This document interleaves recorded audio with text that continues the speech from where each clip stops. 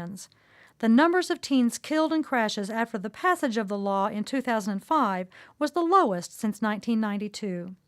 Finally, we need to tackle the safety concerns of children operating all-terrain vehicles. A decade-long study reported that over 400 Oklahomans have sustained traumatic brain or spinal cord injuries from accidents on an all-terrain vehicle, or ATV, including children as young as 3 years old. 60 people had died. Advocates in the legislature have worked for years to implement safety measures for ATVs. Finally, in a hard-won battle, we've passed legislation requiring children to wear protective helmets while riding or operating an ATV.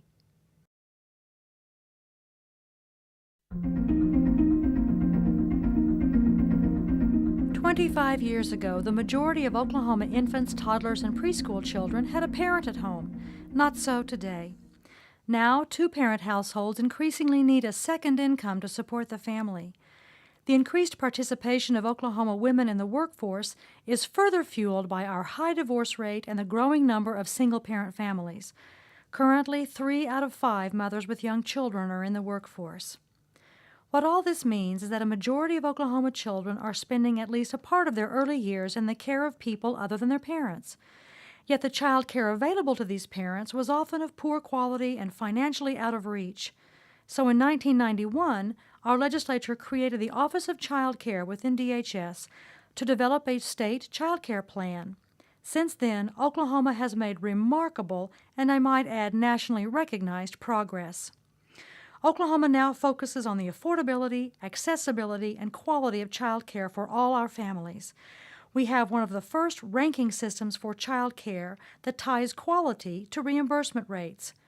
An online technology and a statewide child care resource and referral system have dramatically improved the ability of all parents to locate and choose high-quality child care. The creation of the Oklahoma Partnership for School Readiness, the funding of full-day kindergarten and the EduCare centers all demonstrate a state-level leadership and commitment for providing enriching early childhood opportunities for the children and families of our state. Did you know that in 1989 the starting salary for an Oklahoma teacher was $15,000 a year? The average class size ranged from 35 to 40 students. Kindergarten attendance was voluntary. The teaching environment was regulated, leaving teachers little ability to be creative and use their own methods of teaching. Oklahoma did not have a state accreditation guidelines or even statewide curriculum and graduation guidelines. And even though we know that the involvement of parents is the key to a child's educational success, parental involvement was declining. Then in 1990, the sweeping education reform package called House Bill 1017 was passed, providing a better teaching environment and curriculum standards. It reduced class sizes, provided for mandatory kindergarten, and allowed for voluntary preschool.